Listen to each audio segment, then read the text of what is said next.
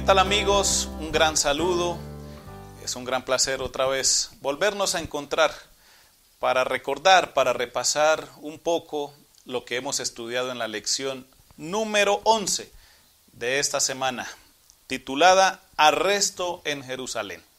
Así que también agradezco, hermano Tomás, el hecho de estar aquí con nosotros en este momento y ayudarnos también con el repaso de la lección de escuela sabática. Así que, hermano Tomás, aprovecho también para pedirle de una vez que nos dirija en oración y poder entonces comenzar con nuestro repaso de escuela sabática. Gracias, pastor. Mandando un cordial saludo para todos, les invito que demos el rostro para orar.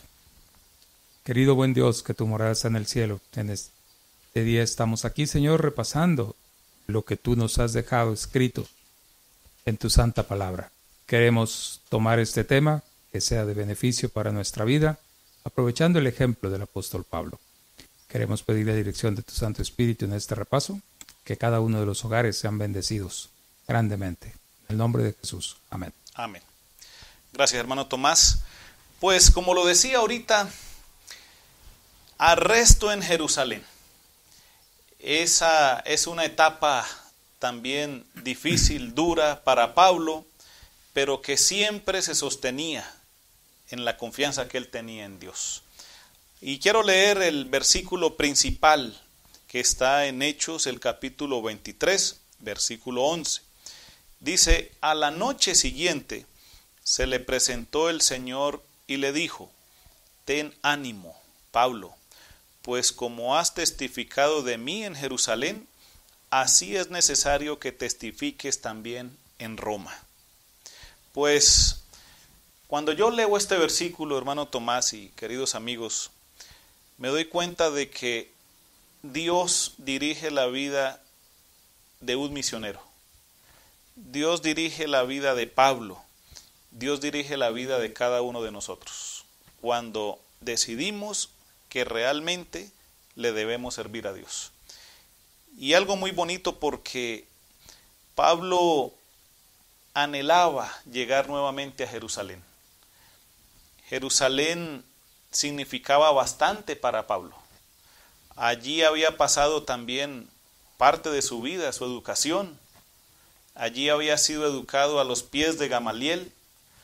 Y ahora, en este momento, él deseaba llegar a apoyar a los nuevos creyentes, compartiendo las ofrendas, los recursos que había traído de las iglesias extranjeras, las iglesias donde estaban los gentiles, y que también con mucho cariño habían enviado esos recursos para apoyar la vida, la obra también de los creyentes allí en Jerusalén.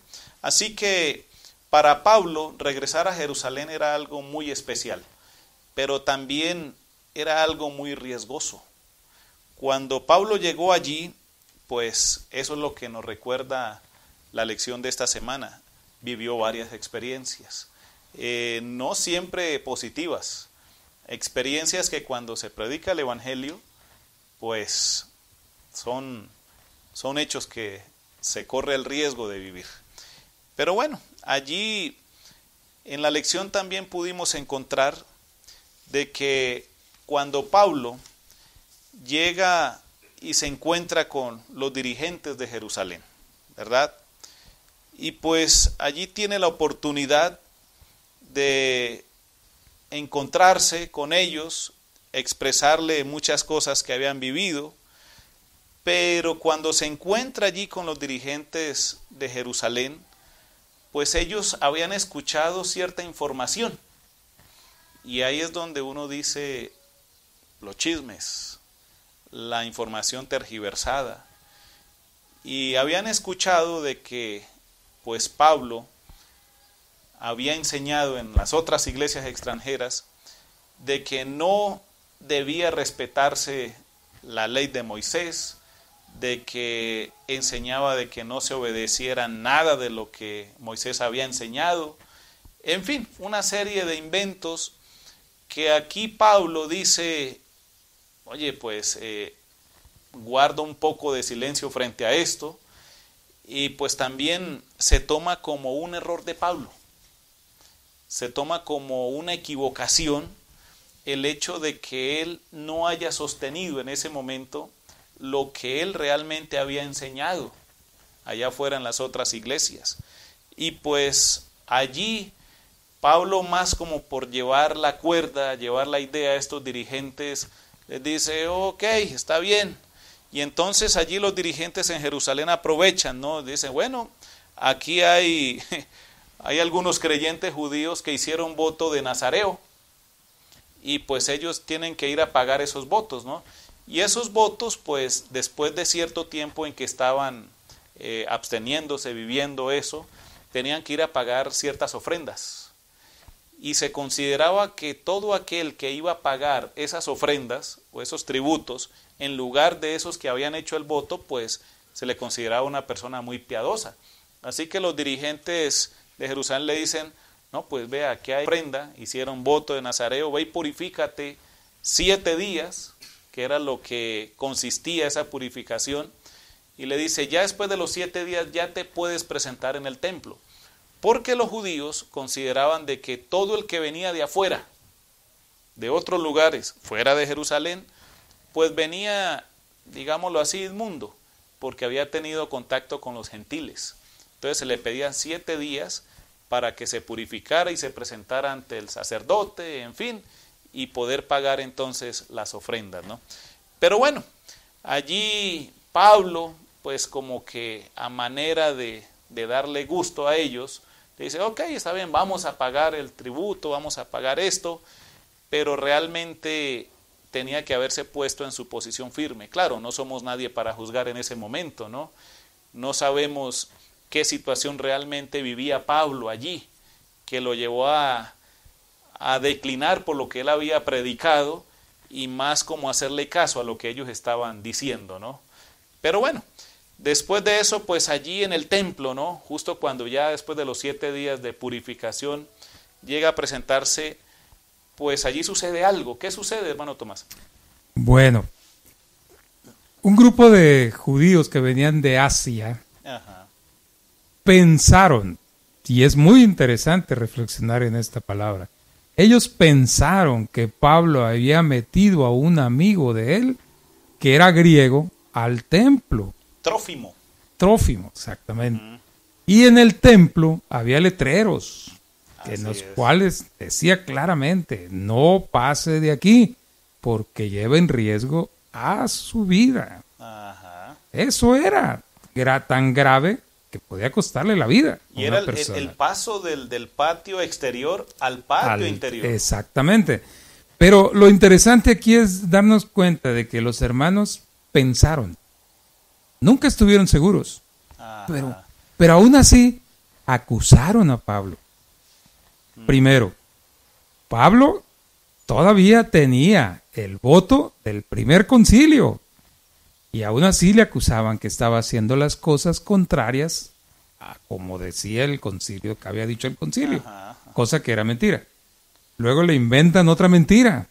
La persecución, hermanos, cuando nosotros tratamos de predicar el evangelio, la persecución se da de una o de otra manera.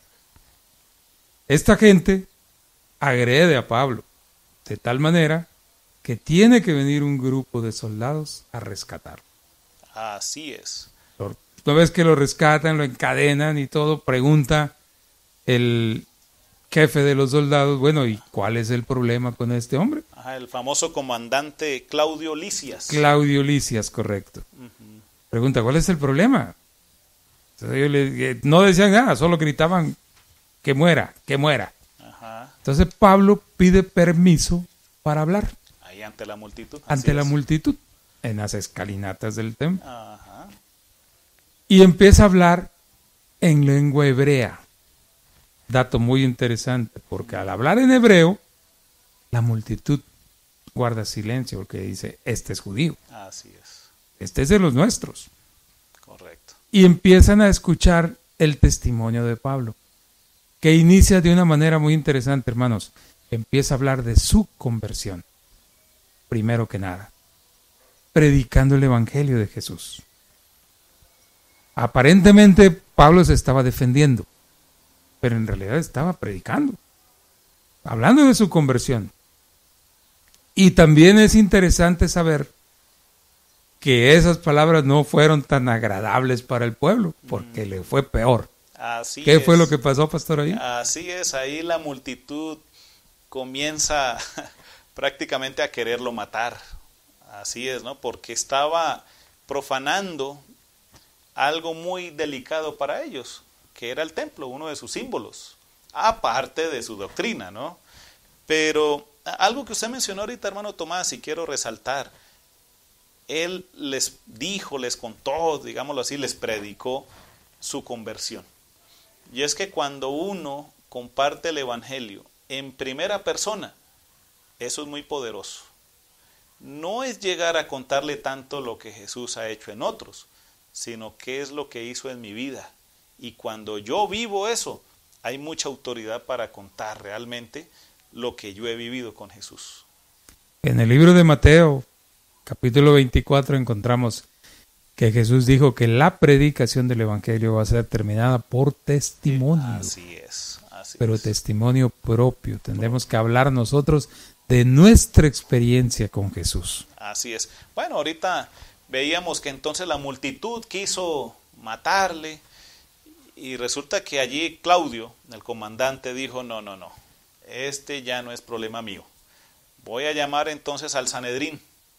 Y entonces llegó el Sanedrín y pues el Sanedrín pues era quien juzgaba el aspecto religioso, ¿no? El aspecto judío, digámoslo así. Y hay algo, bueno, que llama la atención y es que el Sanedrín estaba compuesto por saduceos, fariseos y escribas. Y los saduceos pues no creían en la resurrección. Los fariseos sí creían en eso. Y pues Pablo aprovecha esto y es muy ingenioso, ¿no? Y se toma de este argumento y entonces genera ahora una discusión entre ellos, o sea, los divide y adquiere entonces el apoyo de los fariseos, porque Pablo era fariseo, había sido fariseo, educado a los pies de Gamaliel, ¿no? Entonces sabía muy bien dónde tocar el punto para crear división entre ellos, ¿no?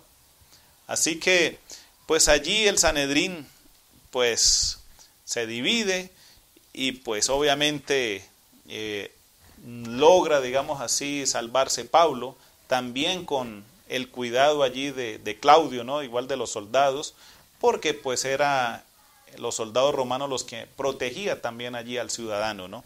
Pero bueno, después de eso es trasladado a Cesarea. ¿Qué pasó allí, hermano Tomás? Bueno, para ser trasladado a Cesarea, Pablo, antes de ser trasladado, recibe una noticia. Ajá. 40 sí. personas habían jurado. Bajo maldición. Bajo maldición. Dejar de comer, dejar de beber, hasta ver muerto a Pablo. Wow. Entonces organizan ellos una emboscada, le dicen que venga mañana a hablar con nosotros. Aquí lo vamos a estar esperando y aquí lo vamos a matar. Es increíble lo que la gente llega a hacer cuando tiene odio en su corazón, ¿no? Pero lo interesante de este asunto, pastor, es increíble lo que la gente llega a hacer cuando no pone a Dios en primer lugar. Así es. Aparentemente ellos estaban haciendo las cosas en favor de Dios, pero se olvidaron que hay un mandamiento que dice, no matarás. Así es. Entonces era muy interesante eso. Un sobrino de Pablo, hijo de una hermana, escucha y le dice a Pablo. Y Pablo, como ya lo había hecho cuando la multitud lo iba a matar, apeló a su ciudadanía romana. Así es, era un ciudadano romano, así entonces, es, tenía derechos. Fue trasladado a Cesarea porque en Cesarea vivían los altos dirigentes romanos. Félix, el gobernador de Judea. Al parecer Cesarea tenía mejor clima que Jerusalén, por eso ellos vivían ahí. Ahí vivía Pilato, ahí vivían los grandes dirigentes de aquella época. Entonces es trasladado para allá, pero antes de eso, en su sufrimiento, Pablo tiene un sueño. Dios le habla y le dice, estate tranquilo. No te preocupes, porque así como testificaste de mí en Jerusalén, vas a testificar en Roma. Automáticamente le estaba asegurando el Señor que Pablo iba a llegar vivo a Roma, lo cual era una promesa maravillosa, porque pasara lo que pasara en el camino, Pablo iba a llegar a Roma. Así es, y eso es algo muy bonito, saber de que Dios tenía un plan para Pablo de testificación para Roma. Y pues bueno, ya vamos a conocer esa historia más adelante, ¿no? En el próximo repaso. Pero qué agradable, amigos, hermano Tomás, saber de que Dios te dirige en la vida. El hecho de que Dios nos dirija no significa de que siempre todo es color de rosa. Predicar el evangelio tiene sus riesgos a muerte, pero es bueno saber que incluso eso está contemplado en el plan de Dios. Así es, pastor. Y es muy interesante también notar que muchas veces, creyendo tener un celo de las cosas de Dios, podemos caer en realizar malas acciones. Así es, hermano Tomás. Así que, pues amigos, apreciados hermanos, ánimo. Hay mucha tarea todavía que hacer.